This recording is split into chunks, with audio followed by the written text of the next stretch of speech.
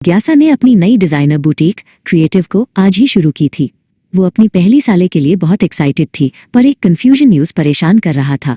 मैं एक designer lehenga 10,000 rupees में बेच रही हूँ, पर जीएसटी किस अमाउंट पर कैलकुलेट करूँ? क्या सिर्फ 10,000 रुपीज पर या पैकिंग और डिलीवरी चार्जेस पर भी? उसने अपने टेबल पर रखे जीएसटी एक्ट की तरफ देखा और थोड़ा नर्वस हो गई। तभी बुटीक में अद्विक ने एंट्री लाई, जो एक एक्सपीरियंस्ड टैक्स कंसल्टेंट था।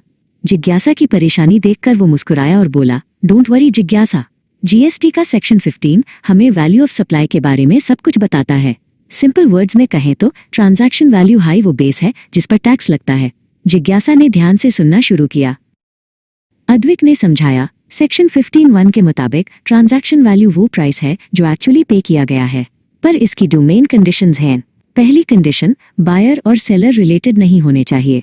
अगर तुम अपने किसी क्लोज रिलेटिव को ड्रेस सस्ते में बेचती हो तो वो वैल्यू एक्सेप्ट नहीं होगी। जिज्ञासा ने नोट किया कि बिजनेस में प्रोफेशनल होना क्यों जरूरी है। दूसरी कंडीशन है कि price is the sole consideration, Advik ने आगे बताया। इसका मतलब है कि डील सिर्फ पैसे के लिए होनी चाहिए। अगर कोई कस्टमर तुम्हें ड्रेस के बदले पुरानी ज्वेलरी दे रहा है बाटर, तो ट्रांजैक्शन वैल्यू बदल जाएगी।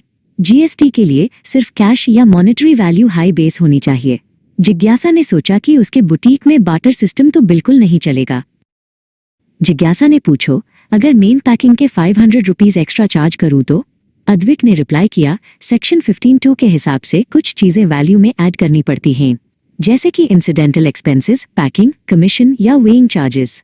अगर तुम डिलीवरी से पहले ये सर्विसेज देती हो तो ये सब 10,000 रुपीज में ऐड होकर टोटल वैल्यू बन जाएगी। जिज्ञासा ने तुरंत अपनी नोटबुक में पैकिंग चार्जेस ऐड किए। अद्विक ने एक और इम्पोर्टेंट बात बताई, सेक्शन 15(2) में टैक्सेस भी शामिल हैं। अगर तुमने जीएसटी के अलावा कोई और टैक्स ड्यूटी या फी चार्ज की है, जैसे म्यूनिसिपल टैक्स, तो वो भी वैल्यू ऑफ सप्लाई का हिस्सा बनेगी। बस याद रखना, जीएसटी, सीजीएसटी, एसजीएसटी, आईजीएसटी को खुद कभी वैल्यू में ऐड मत करना टैक्स कैलकुलेट करने के लिए। अद्विक ने बोर्ड पर एक सिंपल फॉर्मूला लिखा। और अगर कस्टमर पेमेंट लेट करे? जिज्ञासा ने पूछो। अद्विक ने समझाया, अगर तुम लेट पेमेंट के लिए इंटरेस्ट या पेनल्टी चार्ज करती हो तो वो इंटरेस्ट भी सप्लाई की वैल्यू में ऐड होगा और यूएस पर भी जीएसटी लगेगा। जिज्ञासा को समझ गया कि पेमेंट की टाइमिंग कितनी क्रूशियल होती है। अब फ्लैट बात करते हैं डिस्काउंट्स की, अद्विक ने स्माइल करते हुए कहा। सेक्शन 15(3) के मुताबिक अगर तुमने इनवॉइस बनाते वक्त कोई डिस्काउंट दिया है तो यूज वैल्यू से माइनस कर सकते हो। इससे तुम्हारी टैक्सेबल वैल्यू कम हो जाएगी और कस्टमर को कम जीएसटी देना पड़ेगा। जिज्ञासा खुश थी क्योंकि वो ओपनिंग सेल पर डिस्काउंट्स देना चाहती थी।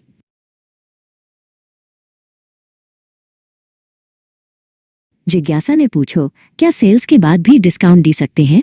अद्विक ने कहा, हाँ, पर सिर्फ तब जब वो पहले से एग्रीमेंट में हो और तुमने original input tax credit ITC reverse कर दिया हो। ऐसे डिस्काउंट्स क्रेडिट नोट्स के जरिए हैंडल होते हैं। जिज्ञासा को समझ आया कि पेपर वर्क कितना जरूरी है।